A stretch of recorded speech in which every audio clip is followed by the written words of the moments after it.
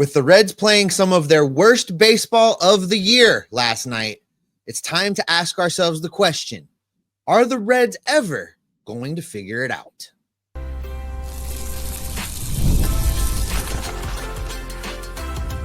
You are Locked On Reds, your daily Cincinnati Reds podcast, part of the Locked On Podcast Network, your team every day. Welcome into the Locked On Reds podcast. My name is Jeff Carr. His name is Steve Offenbaker, and we are lifelong suffering Cincinnati Reds fans that have been podcasting about this team for way too long, like 14 combined seasons. And we're going insane with watching how this team is playing baseball right now. But we are glad that you're alongside us here today. Locked On Reds is part of the Locked On Podcast Network. We are your team every single day. And on today's podcast, we're going to talk a lot about the fact that Pete Rose was reinstated by Commissioner Rob Manfred on Tuesday, what that means for a potential Hall of Fame case, and whether or not it's, too little too late for that. I'm also going to talk with Bob Ibach, a former beat writer that covered the Big Red Machine and former PR director of the Chicago Cubs in the 80s, who had a close personal relationship with Pete Rose and has a really good story about him tying Ty Cobb's record. We'll get into that a little bit later on in the show, though, because first we have to discuss this Cincinnati Reds disaster class that is going on the field. Really? It's awful, Steve. Like right now, we talked about this before, that potential is not production. You have to turn potential into on-field production. The future is not the present. And right now, the future seems so far away for this group of Reds that I wonder if we'll ever get there, because the way that they're playing right now is absolutely horrible. I don't even know where to begin. Here's where I'll begin, Jeff. It's bleak. It's bleak right now. Yeah. You and I get accused all the time of wrapping every crap burrito the Reds give us up in sunshine and kittens. And I'm not going to do that today, because I want to tell you right now, if you had on your bingo card that in the middle of May, Spencer Steer would have an OPS plus of 55. Matt McLain would have an OPS plus of 66. Christian Encarnacion Strand would be back on the injured list with an OPS plus of 30. And no end in sight. And no end in sight. If you had told me that, I would have told you were the biggest naysayer, the biggest pessimist that there was out there. But this is where we're at. This is who they are right now. They're making mistakes defensively. They're making toot bland after toot bland on the base pass. Spencer Steer, I'm looking at you yesterday. They are, days without incident is still 0. And Terry Francona, the man that promised us accountability, the man that promised us baseball the way it should be played. Jeff, this is not the way baseball should be played. And I want to know what he's going to do about it. He had a great quote right after the game. You and I talked about this in prep, that, if he went into the clubhouse screaming and yelling and throwing chairs, he's like, I wouldn't want to play for me either. Cool. I get it. But what I want to know then is, what are you doing? Don't tell me what you're not doing. I want to know what you are doing, because you promised me accountability. You promised me baseball the way it's supposed to be played. What are you doing right now to correct what is clearly wrong in the city of Cincinnati? What happened on Tuesday night was embarrassing. And I don't know that anyone can spin it any other way, because there were so many elements of that game that the Reds beat themselves. The Reds were 0 for 10 with runners in scoring position. They didn't get one hit, Steve. Somebody got to second base. Everybody's bats, they might as well just left them in a dugout. They said, no, we good. We good. Second base is good enough. You had multiple base running mistakes. The Spencer Steer one will be burned in my brain for a little while now, because it was a play in which he was on third base. There was one out. Matt McLain was at the plate. Matt McLain hit a dangerous bouncing ball. No, it didn't leave the infield. It didn't go very far, and the pitcher fielded it. But the pitcher fielded it on uncertain ground. He had weird footing. And if Spencer Steer, who did break on contact, I want to put that out there. He didn't just decide to start when the pitcher fielded the ball. He decided to stop when the pitcher fielded the ball. If he had fielded it cleanly, Spencer Steer would have been out faster than he was already out.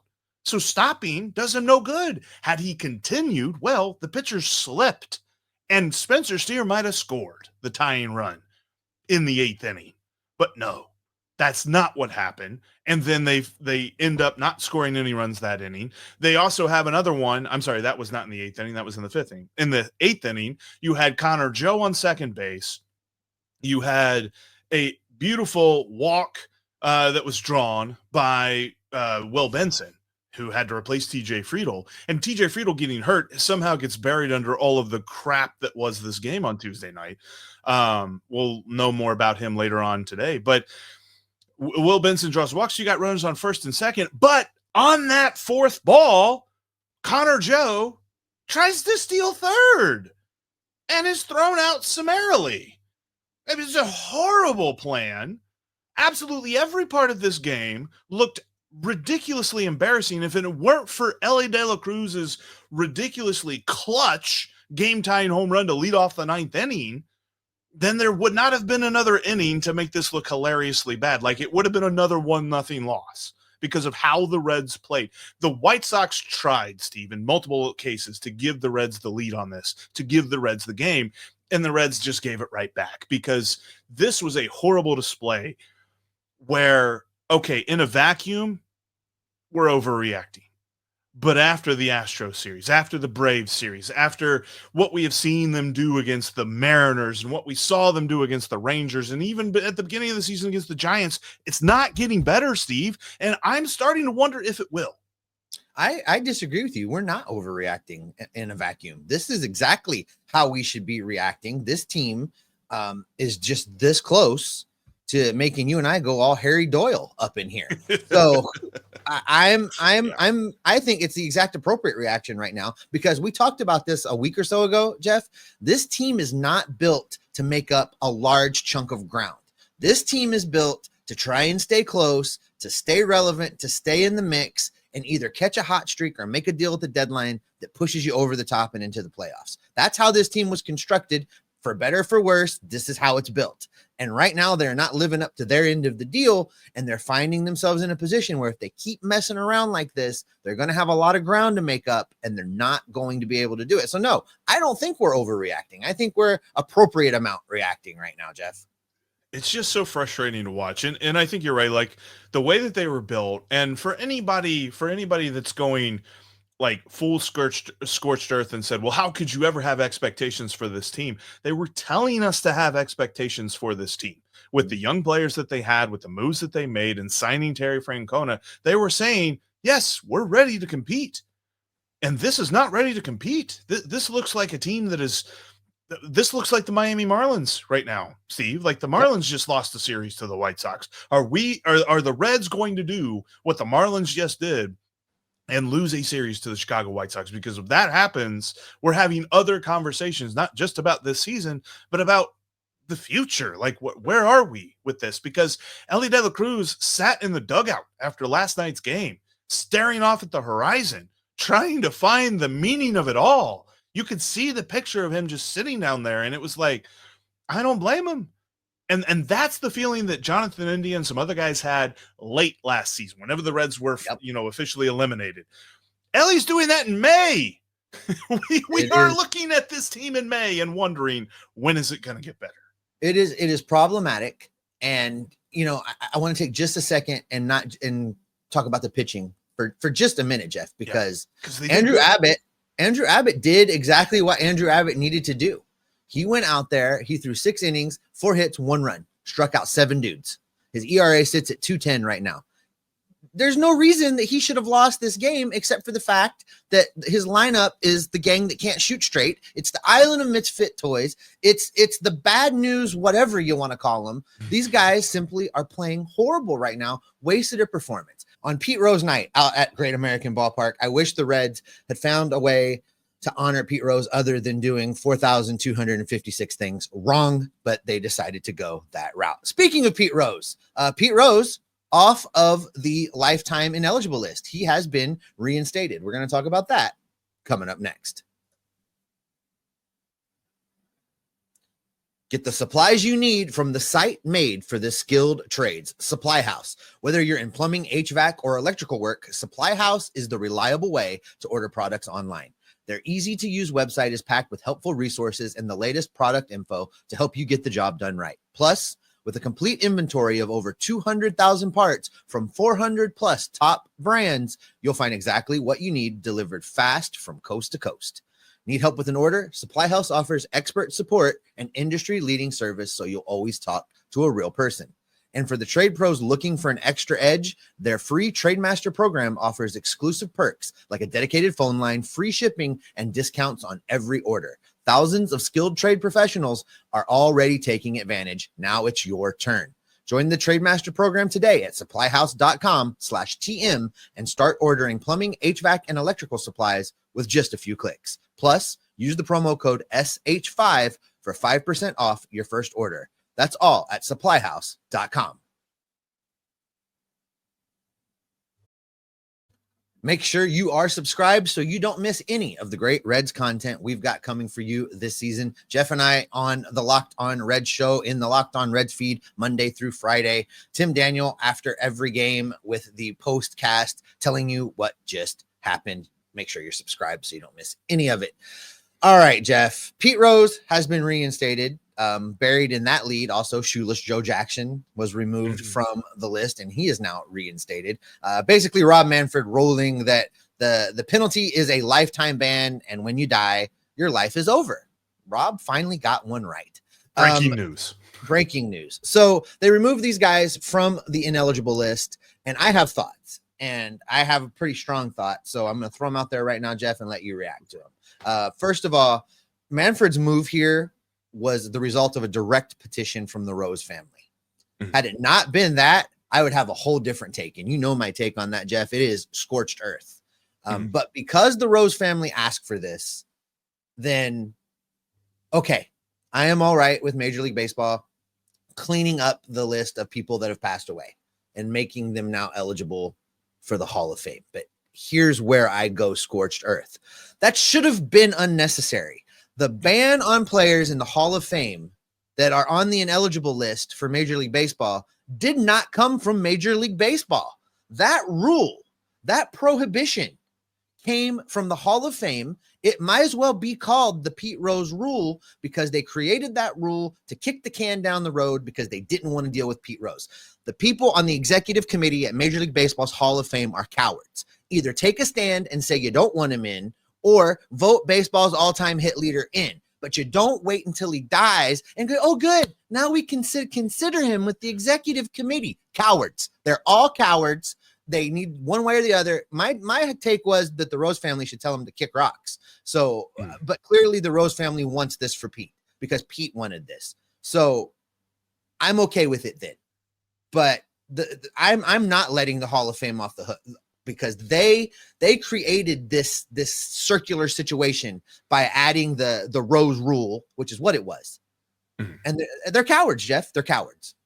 Well, and it's unfortunate because now he will be able to be selected by the classic era committee or the classical historic committee. It's something about classic and committee and something like that. I forget exactly the title, but they only meet every couple of years. So they do not meet again until December of 2027. So he will not be in the Hall of Fame this year. He will not be in the Hall of Fame next year. It will be 2027 into 2028.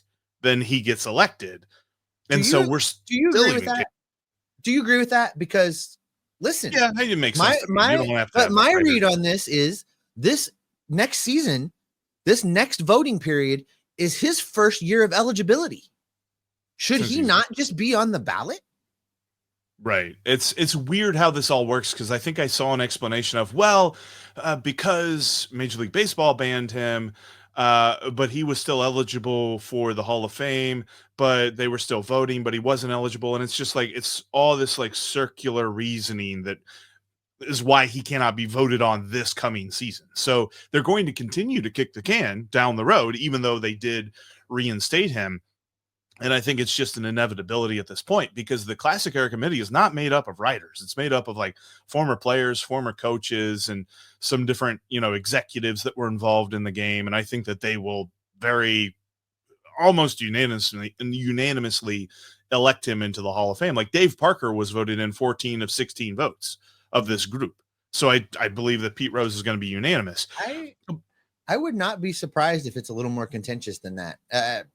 Maybe the final vote former gets there. Players. Maybe the final vote gets there, Jeff. But there are some guys that didn't like Pete.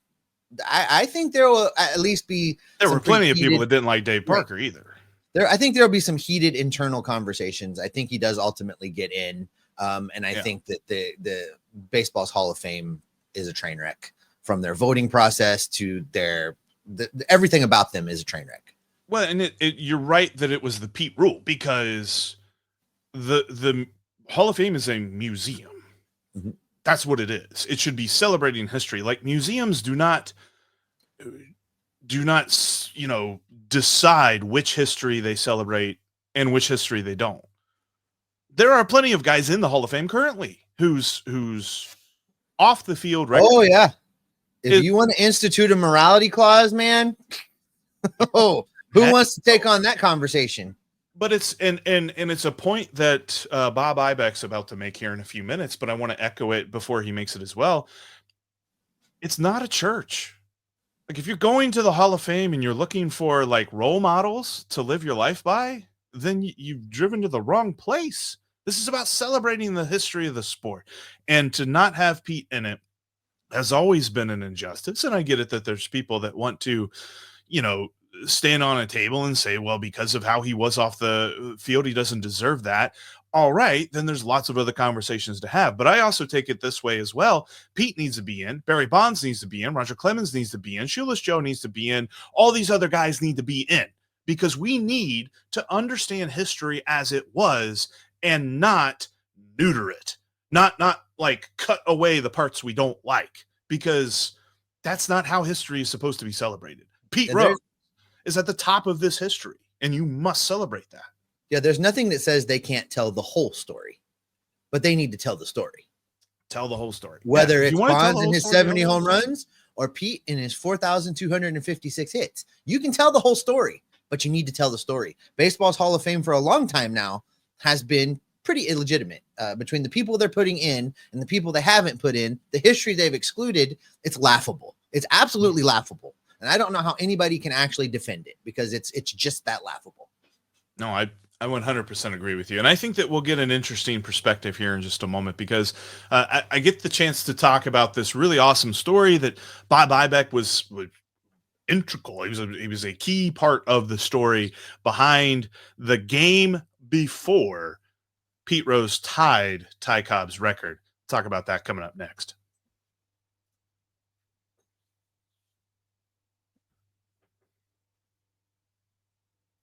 If you can't watch us on YouTube, you can always listen to us on your favorite podcasting app. We're seriously on all of them out there.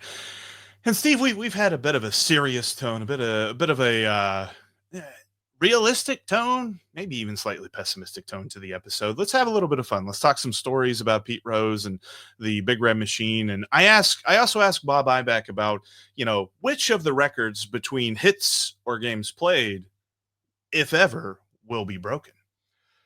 We now welcome in Bob Ibach. Bob was with the clubhouse with the Big Red Machine as a reporter back in the day. He served as the director of public relations and publications for the Chicago Cubs in the 80s as well. And I wanted to bring him in to talk about some stories about Pete Rose. We got Pete Rose night at the ballpark tonight.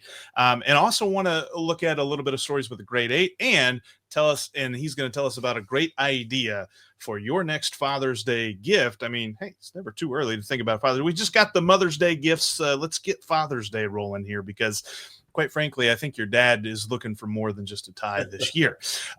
We'll get into that in just a few minutes, though. But Bob, I appreciate you joining me. I kind of wanted to start off with this, because with Pete Rose night being tonight at the ballpark, I know that the Reds have really advertised it really well, and just kind of want to talk about Pete for a minute, because I know that you had mentioned you had a good relationship with him back in the day, getting to cover him and stuff like that. What is your favorite Pete Rose story? Well, I've got probably two. One deals with my son, who's now the Tampa Bay Rays assistant general manager, Kevin, and the other one deals with the day in 1985 when he was going after Ty Cobb's record. Let me start with that day at Wrigley Field. Of course, back in those days, Jeff, we didn't have lights. So you got to remember, it was pre-1988 and the first night game. And so Pete comes in, the Reds are in town. It's in September. And, of course, in those days, the shadows come really early and there's no lights to enlighten the field. Well, Pete told me the day before, he said, listen, if the Cubs are going to start a left-hander, I'm not going ahead and playing, which would make Marge Schott really happy because she wanted him to come back to Riverfront and set the record there. So I get to the ballpark around 9 o'clock in the morning. I was there earlier, but Dallas calls me, and Dallas Green, my general manager, calls me and says, Bob, we got a pitching change today. Steve Trout fell off a bicycle last night. We never confirmed that he really did. I asked Steve many times. He would kind of like look the other way and chuckle. But that was the story. And he said, we're going to go ahead and start Reggie Patterson, a right-hander. Well, I called down to the Reds dugout. Pete was already in. And I said, Pete, got a change in pitching rotation today. Trout's not playing. And we're going ahead and starting Reggie Patterson, a right-hander. He said, well, scratch what I told you yesterday. I'm not sitting this out. I'm going to start and play. So I had a call over to Ken Valdesari, who was the PR director of the Chicago Bears. It was a Sunday, and the Bears were playing, a big deal with Walter Payton and everything else over there. And I said, Kenny, I hate to do this to you. I know you got a big press box full of reporters, but I said, you got to let the guys know that Rose is now in the starting lineup today over at Wrigley Field. He told me later on, he says, I thought the press box would tilt. About 20 guys get out of their seats and head for the parking lot to drive up Lakeshore Drive to get there and come over and cover the game. So now it's the first inning, and Reggie Patterson is there, and Rose lines a base hit. Now, that supposedly ties Ty Cobb, okay? So we go throughout the game. I'm getting calls into the press box from Marge Schott every inning. Will you tell Pete to get his butt out of the game? Take him out. I'm calling down to the dugout there in the game, having regular conversations with Pete. Pete says, you can tell Marge to stick it where the sun don't shine. I'm staying in the game. So now it gets late into the ball game, and it's a ninth inning, I think it is. Rose is out there. He's got to face our big right-handed ace reliever, Lee Smith, Big Smitty. Well, Pete later told me, he struck out. Pete later told me that I could not see anything but Lee's eyes and his teeth at that time on the mounds. He says, I had no chance in heck going ahead and trying to, get the hit that we needed. So I always remember that particular incident because Marge called in the ninth inning. He says, isn't he out of the game yet? I said, well, give me one more strike. He will be out, and he's saved. He's coming back to Cincy. So now after the game, I go down to the locker room, and I brought my son, who was only about, he'd be about 7 years old. And he came down. He wanted to always meet Pete Rose. That was his hero. So Pete says, bring him down after the game, win or lose, come in the office when all the other reporters are out. I get in there, and Pete greets Kevin, picks him up, puts him on the manager's desk, and sits there. And he says, Bob, turn on your tape recorder. I said, okay. He says, I want to give some advice to young Kevin here. And for the next 5 to 7 minutes, and I still have that tape, Pete went ahead and talked to Kevin about things that are important in his life to come, being a good student, being somebody who honors your parents, all things but baseball. And it was, I was just enamored with what he went out of his way to tell my son some of the things totally outside of baseball that he should do in life. And I still have that tape today. So I'll always remember that. I mean, I went out to the track a couple times with Pete. I can say that now because I couldn't tell the Cubs guys back then. I did that. But no, and I had Pete on some of my I had a radio show in Chicago called Cubs Fan Mania, and he came down one night and did the show with me. Saw him several times later when Kevin was at LaSalle University in Pennsylvania, in Philly, and Pete had him come over. He had a restaurant there that he would do his show from 5 nights a week when he was in town, and got a chance to meet Kevin as a college baseball player. And some of that stuff, I always happen to believe that things like that stick in the back of a kid's mind, because I know it stuck in the back of my mind when my father told me that he lived for a year and a half in Lou Gehrig's house when his father was Lou Gehrig's chauffeur. And he had a catch in the front yard one time when he was only 7 years old himself, and had a catch with Lou Gehrig when he broke his mitten, flung the mitt to my dad and said, "Here's a ball. Let me see what you got." And 5 minutes later, a Rolls Royce car drives up, and it's Babe Ruth. Babe gets out smoking a cigar and said, "All right, kid, let me join in with you." So my dad at age 7 was having a catch in Lou Gehrig's front yard with Babe Ruth and Lou Gehrig. And that kind of stuck with me. Those kind of moments always resonate, when you go back through your career. I always think, everybody focuses on the hits, right? 4,256 hits. Nobody's ever going to break that record. But the one thing that I always get with Pete Rose, what I think about his career, is I don't think anybody's ever going to break his games played record. The guy in second place was 300 games before him, like 3,562. Of those two, if you had to pick, which one would ever be broken? Maybe the games. Maybe the games. Because, Pete was always a stats guy. He always, he sat down with me one time. We were having lunch, and he says, "Bob, there's only one hit out of every 10 at-bats that separates you from being in the minor leagues, probably going to Paducah, Kentucky, and being out of baseball, or maybe being an all-star." So he says, "I never gave up an at-bat. I never quit. We could be down 9-0 in the ninth inning, and if I had a bat that inning, I wanted to get a hit, because, you go 3 for 10, you're an all-star. You go 2 for 10, you may not have your next meal." Right. No, that's true. And I've always thought that was interesting about his career, is not just the fact that he had all those hits, but also the fact that he had that longevity. I don't know that we'll ever see somebody have that kind of a long career anymore. No, and he plays so many different positions too. He would, I hope someday he gets into the Hall of Fame, because it's a museum. I've always said this. There's a lot of guys in there from, you can go back and Ty Cobb and some of the other guys that did some different things back in the 30s and 20s. And it's not a church. It's a museum, and it should be recognized for what you did on the field. Right. And I wanted to as well, because we're running up against the clock for the end of today's show here, but I did want to talk to you a little bit about, because there's this great opportunity right now, a great idea for a Father's Day gift with Nyko Sports. They've got this commemorative bat for the Big Red Machine. I think it's great, the 50th anniversary of the 75 World Series Club, and talking about Pete Rose today and all this other stuff. Kind of wanted you to talk a little bit about the bat. I got an image right here to show some folks while you talk about it too. Yeah, it's I covered a lot of games back in the 70s when I was a beat writer for the Orioles. And, of course, Earl Weaver always told me the team he always feared was the Big Red Machine with Sparky Anderson as the manager.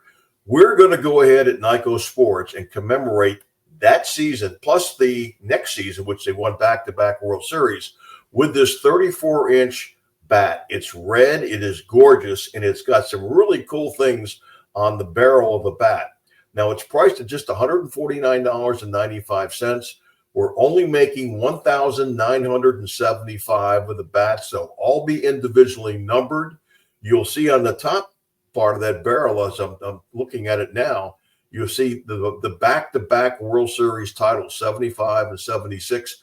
And what's really cool about it, not only do we have the World Series logos on those respective years, but we also have a replica ring that the players got that year for winning the World Series for both of those seasons. And then we have a salute to the Great Eight, those great players. You go down the list and look at some of the guys that I remember, guys like Johnny Bench and Geronimo and Perez and Morgan and, of course, Pete and Foster and Griffey Jr. That was some team. It was just a team that there was no weaknesses in that starting lineup offensively. So you'll get that section on this bat. And like I said, everything is licensed by Major League Baseball and the Players Association. And you'll also get a individually number on each one of the bats when you order it. Now, got only 1,000 975 made. We're probably coming into the show today, one half sold out. It'll be there in time for a Father's Day gift idea. Here's how you can order it. There's two ways. You can call 1-800-345-2868. That's 1-800-345-2868. Or go right to the website, NICOsports.com. Let me spell that. NIKCO sports.com. NIKCO sports.com. Or again, that number 800-345-2868. You could also download a gift card instantly when you go to the website, print it out. Maybe you have a birthday coming up and later in May and so forth. But these bats will be delivered to you in plenty of time in June to celebrate Father's Day. I can't imagine any father who grew up being a Reds fan from that era wouldn't want his son or daughter or wife to go ahead and get him one of these bats. I also got the link to the website down in the description of today's episode, so you'll be able to click on that as well if you like as well. But yeah, like you said, a great in time for Father's Day, and appreciate Bob's time and joining us here on today's episode. And if you're going down to the ballpark to celebrate Pete Rose night and hopefully see the Reds win a ball game, I'm going to be down there. I know there's going to be a lot of people down there. I know that they said get there by 6:30. They are starting the ceremony at 6:30, and the game doesn't start until 7:14. So 6:30 is about like normal start time for a game at this period. And the Reds last release said it's a standing room only at this point. Yeah, so it's going to be there's going to be a lot of people in the banks. So get down there. Gates open at 5:45 p.m. And if not, I know that it's being broadcast on the radio. I do not know for certain if it's being broadcast on television. Hopefully they do. That would kind of be a disservice if they did not do that. But anyway, hoping that everybody can see it that wants to see it. And we will be breaking down the game and also looking at what could it take to trade for Luis Robert if the Reds are even looking to buy by the end of this series. We'll be looking at that and more on tomorrow's Locked On Reds podcast. But thank you for checking out today's Locked On Reds podcast. As always, you can follow us on YouTube. You can follow us on your favorite podcasting app and become an everydayer. We love our everydayers. And thanks for making us your first listen every single day.